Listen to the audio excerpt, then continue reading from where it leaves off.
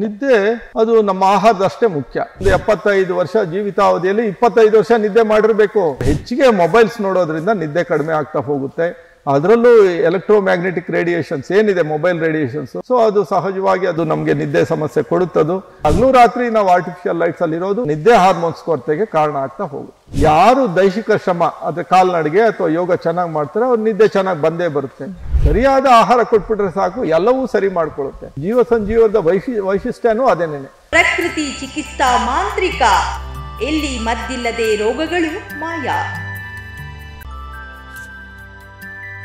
Sir, ನಿದ್ರೆ ಅದ್ರ ಬಗ್ಗೆ ನಾ ಕೇಳ್ತೀನಿ ಆಮೇಲೆ. ಅದಕ್ಕಿಂತ ಮುಂಚೆ ನಾನ್ ಕೇಳ್ಪಟ್ಟಿದ್ದೆ, ರಾಜಶೇಖರ್ ಅವರು ಕೇವಲ ಡೈಟಿಷಿಯನ್, ನ್ಯೂಟ್ರಿಷನ್ ಎಜುಕೇಟರ್ ಅಲ್ಲ, ಅವರಲ್ಲಿ ಒಬ್ಬ ಕವಿ ಅಡಗಿದ್ದಾನೆ, ಅವರಲ್ಲಿ ಒಬ್ಬ ಲೇಖಕರು ಇದ್ದಾರೆ ಅಂತ. ಸೊ ಏನೆಲ್ಲ ಬರ್ದಿದ್ದೀರಾ ಸ್ವಲ್ಪ ತಿಳಿಸ್ಕೊಡ್ಬೋದು? ಇದು ಬಹಳ ಚಿಕ್ಕ ವಯಸ್ಸಿಂದಾನೇ ಇದು ಪ್ರಾರಂಭ ಆಯ್ತು. ಸೊ ನಾನು ಓದಿದ್ದು ಪ್ರೈಮರಿ, ಮಿಡ್ಲ್ ಸ್ಕೂಲ್, ಹೈಸ್ಕೂಲ್ ಎಲ್ಲ ಕನ್ನಡ ಮೀಡಿಯಂ ಅಲ್ಲಿ. ಹೀಗಾಗಿ ಬಹಳ ಚಿಕ್ಕ ವಯಸ್ಸಿನಲ್ಲೇ ಕನ್ನಡದ ಬಗ್ಗೆ ಒಲವು.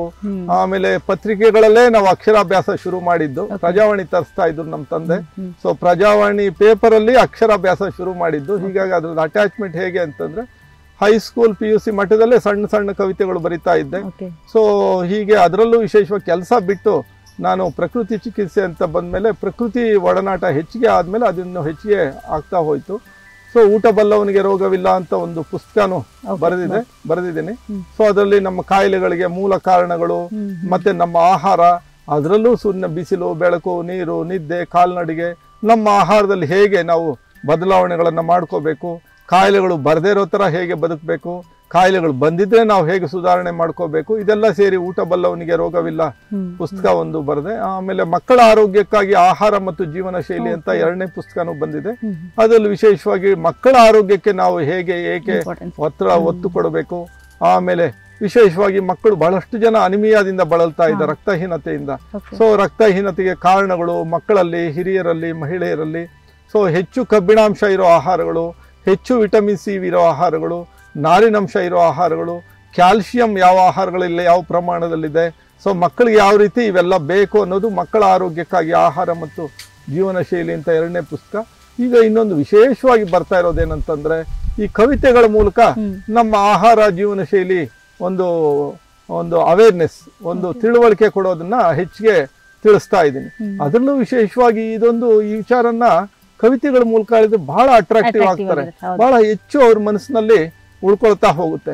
ಸೊ ಉದಾಹರಣೆಗೆ ಹೇಳೋದಾದ್ರೆ, ಹುಟ್ಟು ಮನೆಯಲ್ಲಿ ಸಾವು ಮನೆಯಲ್ಲಿ 4 ದಶಕಗಳ ಹಿಂದಿನ ಚಿತ್ರ, ಹುಟ್ಟು ಮನೆಯಲ್ಲಿ ಸಾವು ಮನೆಯಲ್ಲಿ 4 ದಶಕಗಳ ಹಿಂದಿನ ಚಿತ್ರ. ಆದ್ರೆ ಈಗ ಹುಟ್ಟು ಆಸ್ಪತ್ರೆಯಲ್ಲಿ ಸಾವು ಆಸ್ಪತ್ರೆಯಲ್ಲಿ ಬದಲಾಗಿದೆ ಜೀವನ ಚಕ್ರ. ಹುಟ್ಟಿಗೂ ಹಣವಿಲ್ಲ, ಸಾವಿಗೂ ಹಣವಿಲ್ಲ, 4 ದಶಕಗಳ ಹಿಂದಿನ ಚಿತ್ರ. ಹುಟ್ಟಿಗೂ ಹಣ ಬೇಕು, ಸಾವಿಗೂ ಹಣ ಬೇಕು, ಬದಲಾಗಿದೆ ಜೀವನ ಚಕ್ರ. ಅಂದ್ರೆ ಜೀವನ ಶೈಲಿ ಬದಲಾವಣೆ ಮಾಡ್ಕೊಳ್ಳಿ.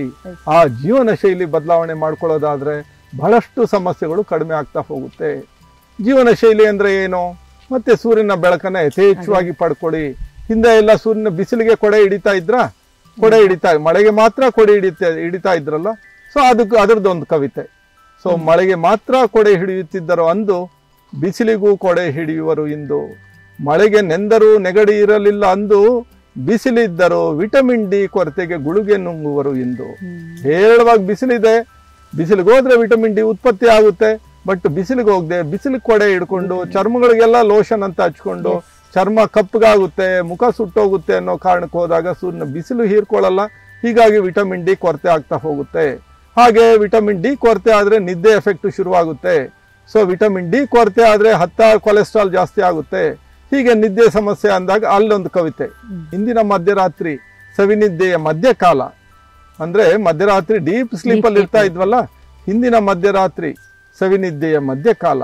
ಇಂದಿನ ಮಧ್ಯರಾತ್ರಿ, ಸೊ ಒಂದಷ್ಟು ಜನಗಳಿಗೆ ಮದ್ಯದೊಂದಿಗೆ ನಿದ್ದೆಯ ಪ್ರಾರಂಭದ ಕಾಲ, ಇನ್ನೊಂದಷ್ಟು ಜನಗಳಿಗೆ ಮೊಬೈಲ್ ನೊಂದಿಗೆ ನಿದ್ದೆಯ ಪ್ರಾರಂಭದ ಕಾಲ, ಇನ್ನೊಂದಷ್ಟು ಜನಗಳಿಗೆ ಕಂಪ್ಯೂಟರ್ಗಳು, ಟಿವಿಗಳೊಂದಿಗೆ ನಿದ್ದೆಯ ಪ್ರಾರಂಭದ ಕಾಲ.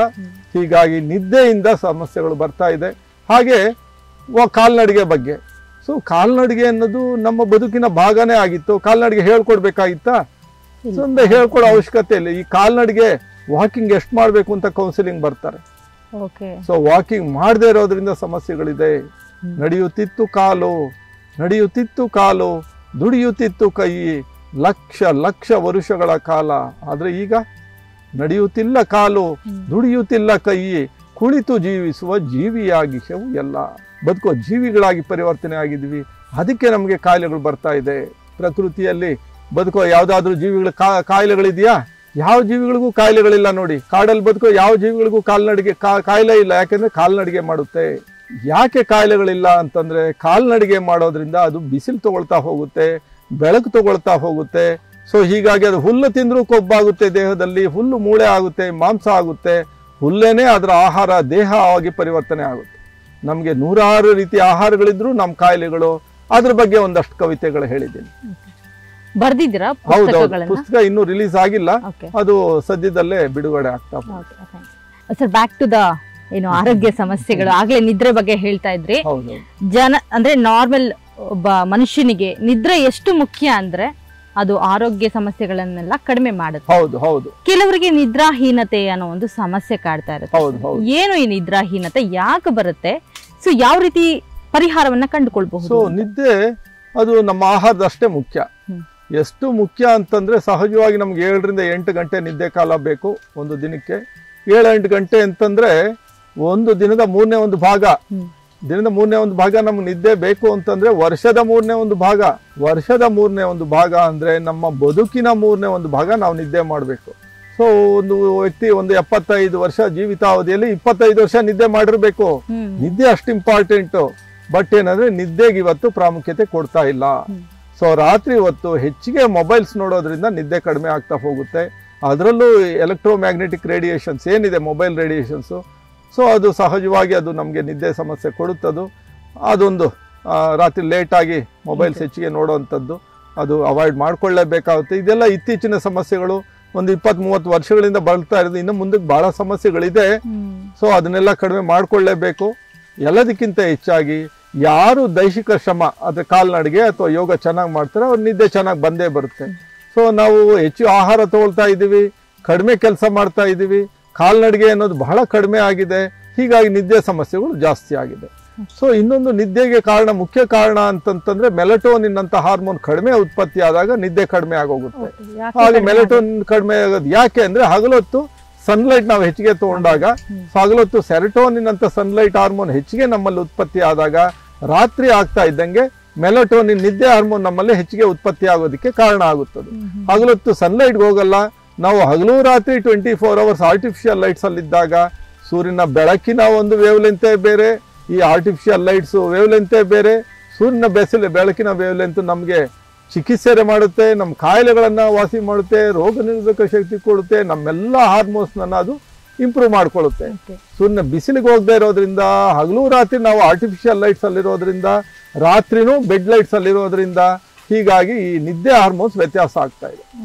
ಅದರಲ್ಲೂ ಈಗ ನೀವು ನೋಡೋದಾದ್ರೆ 40 ವರ್ಷಗಳ ಹಿಂದೆ ಸೊ ಮನೆಗಳಲ್ಲಿ ಮನೆಗೆ ಒಂದು ಲೈಟ್ ಇದ್ದಿದ್ರೆ ಜಾಸ್ತಿ ಇರ್ತಾ ಇತ್ತು. ಇವತ್ತು ಯಾವ ಪರಿಸ್ಥಿತಿಗೆ ಬಂದಿದೆ ಅಂದ್ರೆ ಒಂದೊಂದು ರೂಮ್ಗೆ 10 ಲೈಟ್ಸ್ ಹಾಕೊಂಡು, ಅಂದ್ರೆ ಬೆಳಕಿನ ಮಾಲಿನ್ಯ ನಮ್ಗೆ ನಿದ್ದೆ ಕಡಿಮೆ ಮಾಡ್ತಾ ಇದೆ. ರಾತ್ರಿ ಹೊತ್ತು 100% ಗಾಢ ಕತ್ತಲೆಯಲ್ಲಿರ್ಬೇಕು, ಹಗಲೊತ್ತು 100% ಸನ್ಲೈಟ್ ಅಲ್ಲಿ ಇರಬೇಕು. ಈ ಬೆಳಕು ಮತ್ತೆ ಕತ್ತಲಿನ ವ್ಯತ್ಯಾಸ ನಾವು ಕಂಡಿಡಿದೆ. ಹಗಲು ರಾತ್ರಿ ನಾವು ಆರ್ಟಿಫಿಷಿಯಲ್ ಲೈಟ್ಸ್ ಅಲ್ಲಿ ಇರೋದು ನಿದ್ದೆ ಕೊರತೆಗೆ, ಅಂದ್ರೆ ನಮ್ಮ ನಿದ್ದೆ ಹಾರ್ಮೋನ್ಸ್ ಕೊರತೆಗೆ ಕಾರಣ ಆಗ್ತಾ ಹೋಗುತ್ತೆ. ಸೊ ಪರಿಹಾರಗಳು ಸಹಜವಾಗಿ ನಾವು ಅಲ್ಲೇ ಹುಡುಕ್ತಾ ಹೋಗ್ತೀವಿ, ಅಲ್ಲೇ ಪರಿಹಾರಗಳು ಕೊಡ್ತಾ ಹೋಗ್ತೀವಿ.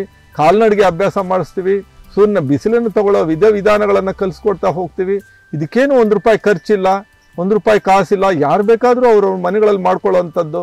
ಹೀಗಾಗಿ ತಿಳಿಸ್ತಾ ಹೋಗ್ತೀವಿ. ಅನದರ್ ಇಂಪಾರ್ಟೆಂಟ್, ಚರ್ಮ ವ್ಯಾಧಿಗಳು ಅಂತ ಬಂದಾಗ ನೀವು ಆಲ್ರೆಡಿ ಹೇಳಿದ್ರೆ ಸೂರ್ಯನ ಬಿಸಿಲು, ಸೂರ್ಯನ ಕಿರಣಗಳೇನು ಅತಿ ಮುಖ್ಯ ನಮ್ಮ ದೇಹಕ್ಕೆ ಅಂತ. ಸೊ ಈ ಚರ್ಮ ವ್ಯಾಧಿಗಳು ಅಂತ ಬಂದಾಗ ಯಾವ ರೀತಿ ಎಲ್ಲ ಚಿಕಿತ್ಸೆಗಳು ಇಲ್ಲಿ ದೊರಕುತ್ತೆ? ಯಾವ ರೀತಿ ಬರುತ್ತೆ ಈ ಚರ್ಮ ಸಮಸ್ಯೆಗಳು?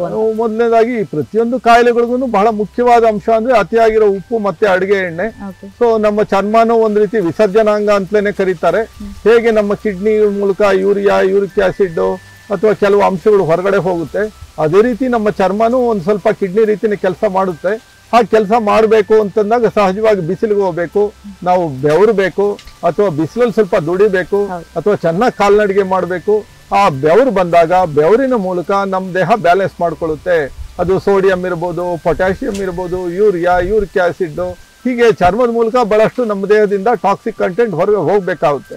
ಬಟ್ ಹೀಗೆ ಬಿಸಿಲಿಗೆ ಹೋಗದೆ, ಬೆಳಕು ಹೋಗದೆ, ಕಾಲ್ನಡಿಗೆ ಮಾಡದೆ ನಾವು ಹೆಚ್ಚು ಉಪ್ಪು ಮತ್ತೆ ಅಡಿಗೆ ಎಣ್ಣೆ ಪದಾರ್ಥಗಳು ತಗೊಂಡಾಗ, ಅಂದ್ರೆ ಅತಿಯಾಗಿ ಸಂಸ್ಕರಣೆ ಮಾಡಿರೋ ಆಹಾರಗಳು ಅತಿಯಾಗಿ ತಗೊಂಡಾಗ ಅವುಗಳಲ್ಲಿ ಉತ್ಪತ್ತಿ ಆಗೋ ಈ ಟಾಕ್ಸಿನ್ಸು, ವೇಸ್ಟು, ಮ್ಯೂಕಸ್ಸು ಅಥವಾ ಅಂಟು ಪದಾರ್ಥ ಅದು ನಮ್ಮ ಚರ್ಮದಲ್ಲಿ ಬಂದು ಅಂಟ್ಕೊಳ್ತಾ ಹೋಗುತ್ತೆ. ಚರ್ಮದ ಸಹಜ ಒಂದು ಉಸಿರಾಟ ಪ್ರಕ್ರಿಯೆ ನಿಲ್ಲಿಸ್ಬಿಡುತ್ತೆ.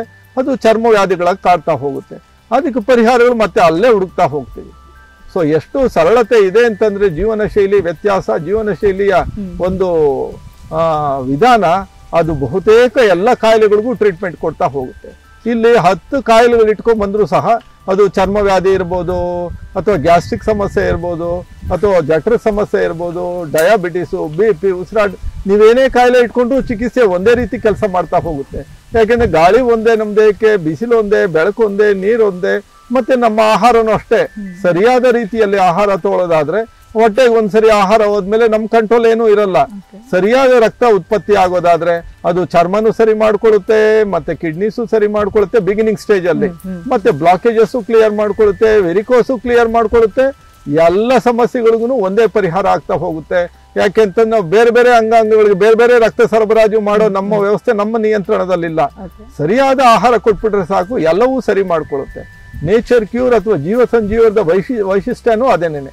16 ಸಮಸ್ಯೆಗಳಿಗೂ ಒಂದೇ ಒಂದು ವಿಧಾನದಲ್ಲೇ ಚಿಕಿತ್ಸೆ ಮಾಡ್ತಾ ಹೋಗ್ತೀವಿ. ಕೋಲಾರದಿಂದ ಕೇವಲ 12 ಕಿಲೋಮೀಟರ್ ದೂರದಲ್ಲಿರುವ ಈ ಜೀವ ಸಂಜೀವನ ಪ್ರಕೃತಿ ಚಿಕಿತ್ಸಾ ಕೇಂದ್ರಕ್ಕೆ ಭೇಟಿ ನೀಡಿದರೆ ಖಂಡಿತ ನಿಮ್ಮ ಆರೋಗ್ಯ ಸುಧಾರಣೆಯಾಗುತ್ತದೆ.